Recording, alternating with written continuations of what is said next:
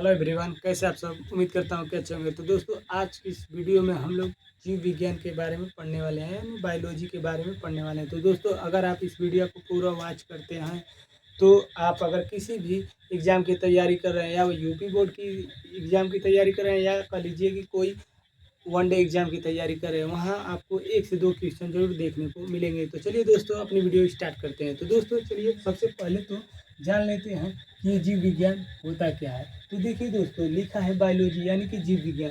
जीव विज्ञान किसे कहते हैं? अगर आपसे कोई पूछ दे कि भैया बता दीजिए कि जीव विज्ञान किसे कहते हैं, तो हम लोग बोलेंगे कि विज्ञान की वह शाखा जिसमें सभी प्रकार के जीवों का क्या किया जाता है, अध्ययन किया जाता है। यानी कि विज्ञान की वह शाखा जिसमें सभी प्रकार के जीवों का अध्ययन किया जाता है, उसे क्या कहते हैं, जीव विज्ञान कहते हैं। अब देखिए दोस्तों, इसमें केवल हम लोगों को ना 2 शाखाओं के बारे में पढ़ना है। यानी कि जीव विज्ञान की मुख्यतः 3 शाखा होती है, लेकिन हम लोग केवल 2 शाखाओं के बारे में ही पढ़ेंगे। तो दोस्तों, पहली शाखा में आता है हमारा जंतु विज्ञान। यानी कि अगर आपसे कोई पूछेगा कि बता दीजिए भैया कि जीव विज्ञान के जनक किसे माना जाता है, तो आप ये तो ध्यान रखिए, हमेशा आप इतना तो ध्यान रखिए कि कम से कम जो पढ़ रहे हैं उसके जनक के बारे में जानें। तो ये भैया बता दीजिए भैया कि जीव विज्ञान के जनक कौन है। तो जीव विज्ञान के जनक आपके हो जाएंगे अरस्तु। कौन हो जाएंगे? तो जीव विज्ञान के जनक आपके हो जाएंगे अरस्तु। जीव विज्ञान के जनक अरस्तु। अब दोस्तों, जंतु विज्ञान के जनक कौन है? तो जंतु विज्ञान के जनक वही हो जाएंगे कौन? अरस्तु। यानी कि जीव विज्ञान के जनक भी अरस्तु और जंतु विज्ञान के जनक भी अरस्तु। अभी बता दीजिए कि जंतु विज्ञान में क्या किया जाता है। तो जंतु विज्ञान को हम इंग्लिश में जूलॉजी बोलते हैं। क्या बोलते हैं? तो देखिए बच्चे, ये जो हमारा है ना जीव विज्ञान, जंतु विज्ञान, इसको हम लोग इंग्लिश में जूलॉजी बोलते हैं। और जूलॉजी को अगर हम 2 भागों में तोड़ें तो एक होगा जू और दूसरा होगा लॉजी। अब देखिए, जू का मतलब क्या होता है? तो आप सभी लोग जानते होंगे कि जू का मतलब होता है चिड़ियाघर। अच्छा, ये बता दीजिए, चिड़ियाघर में क्या केवल एक चिड़िया रहती है, या कह लीजिए केवल चिड़िया ही रहती है? नहीं भैया, अनेक प्रकार के जीव जंतु रहते हैं। यानी कि अनेक प्रकार के क्या रहते हैं, जीव जंतु ही रहते हैं। अब यानी कि यहाँ से देख लीजिए, ये लॉजी का मतलब होता है क्या? तो लॉजी का मतलब होता है अध्ययन, और इसका मतलब कि जंतु। यानी कि जंतुओं का अध्ययन ही क्या कहलाएगा?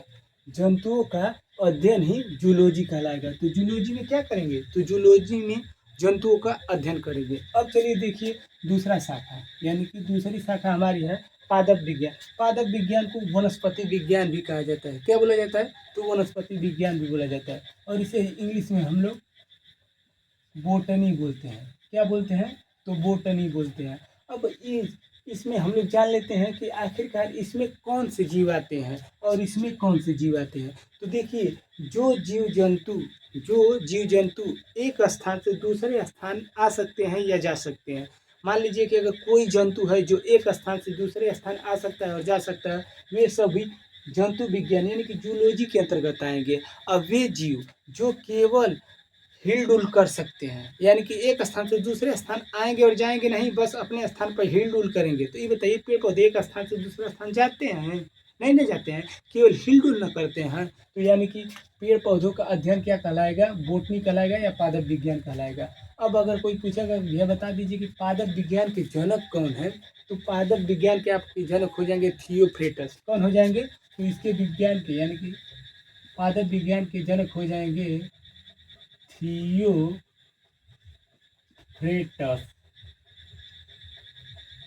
थियोफ्रेटस सॉरी, पादप विज्ञान के जनक कौन हो जाएंगे? तो पादप विज्ञान के जनक हो जाएंगे थियोफ्रेटस। अब चलिए आगे चलते हैं। तो देखिए दोस्तों, सबसे पहले कोशिका के बारे में जान लेते हैं कि आखिरकार कोशिका होता क्या है। तो ये बता दीजिए कि अगर कोई आपसे पूछे कि भैया कोशिका क्या चीज़ है, तो कोशिका देखिए ऐसा है कि कोशिका को शरीर की क्रियात्मक तथा संरचनात्मक इकाई माना जाता है। और इसे इकाई क्यों माना जाता है? यानी कि कोशिका को यूनिट कहा जाता है। यानी कि कोशिका जो है ना, इससे मिलकर उत्तक बनते हैं, और उत्तक से मिलकर अंग तंत्र बनता है, और अंग तंत्र से मिलकर पूरा शरीर बनता है। यानी कि शरीर को निर्माण करने के लिए किसकी आवश्यकता होगी? तो शरीर का निर्माण करने के लिए कोशिका की आवश्यकता होगी। किसी भी चीज़ का अचानक खोज नहीं हो जाती है। तो मान लीजिए कि कोई व्यक्ति का कोई अंग कट कर गिर गया, उसको माइक्रोस्कोप से देखा गया, तो वे किससे मिलकर बनी हुई थी? तो कोशिकाओं से मिलकर बनी हुई थी। तो ये बोला गया कि जो मानव शरीर है या कह लीजिए जितने भी शरीर हैं, वे सब किससे मिलकर बने हैं? तो कोशिकाओं से मिलकर बने हैं। कोशिका की खोज किसने की थी? तो कोशिका की खोज सर्वप्रथम 1665 ईस्वी में रॉबर्ट हुक ने की थी। तो कौन किया था? तो कोशिका की खोज सर्वप्रथम 1600 कह सकते हैं कि 1665 ईस्वी में किसने किया था? तो आपका किया था रॉबर्ट हुक ने। अब देखिए इसके नाम में ही छुपा है इसका खोजकर्ता के नाम। जैसे देखिए रॉबर्ट हुक। अभी बता दीजिए कि हुक से हम किसको पकड़ते हैं? तो हुक से किसी छोटी चीज़ को ही नहीं पकड़ते हैं, यानी कि जो भी छोटा चीज़ हो उसको पकड़ने के लिए हम किसका इस्तेमाल करते हैं? हुक का। तो यानी कि रॉबर्ट हुक, यानी कि जब भी पूछा जाए कि कोशिका की खोज किसने की थी? तो रॉबर्ट हुक ने। अब देखिए रॉबर्ट हुक ने कोशिका की तो खोज की थी, लेकिन वो कैसी कोशिका थी? तो जो रॉबर्ट हुक ने कोशिका की खोज की थी ना, वो कोशिका मृत कोशिका थी। कैसी कोशिका थी? तो मृत कोशिका थी। अब हमको चाहिए कैसी कोशिका? लाइव कोशिका, यानी कि हमको चाहिए जीवित कोशिका। तो ये बता दीजिए कि जीवित कोशिका की खोज किसने की होगी? हाँ, एंटोनियो वान लीवेनहॉक, यानी कि लाइव से हो जाएगा लीवेनहॉक। क्या हो जाएगा? तो हम बताएंगे कि जो जीवित कोशिका है इसकी खोज किसने की थी? तो जीवित कोशिका की खोज एंटोनियो वान लीवेनहॉक। आप केवल लीवेनहॉक भी याद कर सकते हैं। तो जीवित कोशिका की खोज लीवेनहॉक ने की थी। और कब की थी? तो ये किया था सन 1670 या 74 कह लीजिए। किसी किसी किताब में आप देखेंगे तो 70 भी लिखा रहेगा और किसी में 74 भी लिखा रहेगा। तो आप दोनों में से कोई याद कर सकते हैं। अब इसमें थोड़ा सा जान लेते हैं कि जो कोशिका है ना, कोशिका को इंग्लिश में क्या बोला जाता है? तो कोशिका को इंग्लिश में सेल बोला जाता है।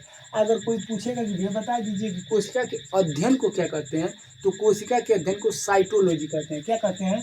तो कोशिका के अध्ययन को साइटोलॉजी कहते हैं, यानी कि साइटोलॉजी। यानी कोशिका के अध्ययन को क्या बोला जाता है? तो कोशिका के अध्ययन को साइटोलॉजी बोला जाता है। आप लोग यहाँ से सेल से याद कर सकते हैं। सी से सेल और सी से साइटोलॉजी। सी से सेल और सी से साइटोलॉजी, यानी कि कोशिका के अध्ययन को क्या बोला जाता है? तो कोशिका के अध्ययन को साइटोलॉजी बोला जाता है। अब चलते हैं आगे। सबसे छोटी कोशिका कहाँ पाई जाती है?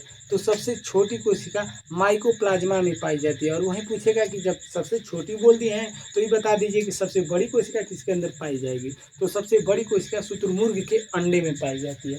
तो यहाँ पर है तीसरा क्वेश्चन कि सबसे बड़ी कोशिका, तो सबसे बड़ी कोशिका हमारा हो जाएगा शुतुरमुर्ग का क्या? अंडा, यानी शुतुरमुर्ग के अंडे में पाई जाती है। और सबसे छोटी कोशिका, यानी सबसे छोटी कोशिका आपका हो जाएगी माइकोप्लाज्मा।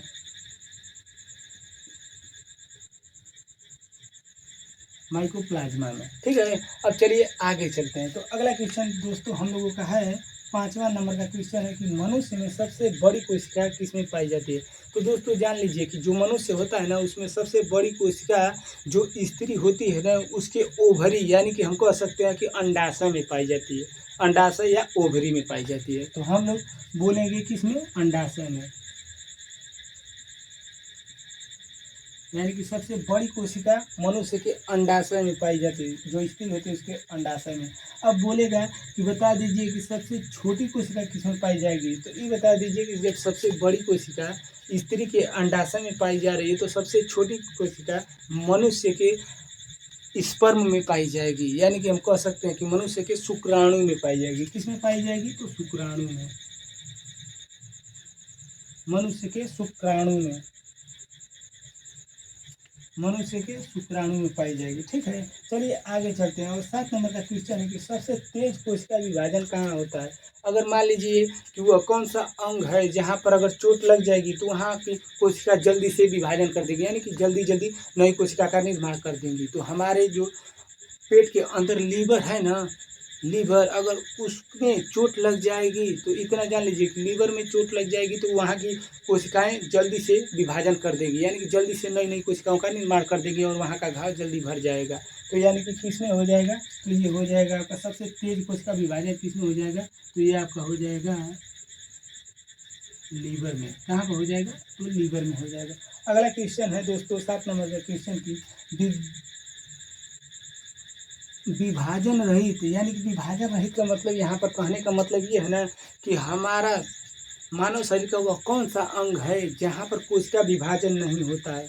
तो अगर ये पूछा जाए कि मानव शरीर का वह कौन सा अंग है जहाँ पर कोशिका विभाजन नहीं होता है, तो आप लोग बोलेंगे कि न्यूरॉन। न्यूरॉन का मतलब कि जो मानव शरीर का मस्तिष्क होता है ना, तो मस्तिष्क के अंदर न्यूरॉन पाया जाता है, उसमें कोशिका विभाजन नहीं होता है। जैसे अगर मान लीजिए कि कोई कपार पे मार देगा, या एक बार कोई आपके कपार पे मार दिया हुमच के, तो मान लीजिए कि आपका कपार फट गया, तो वहाँ तो कोशिका विभाजन हो जाएगा।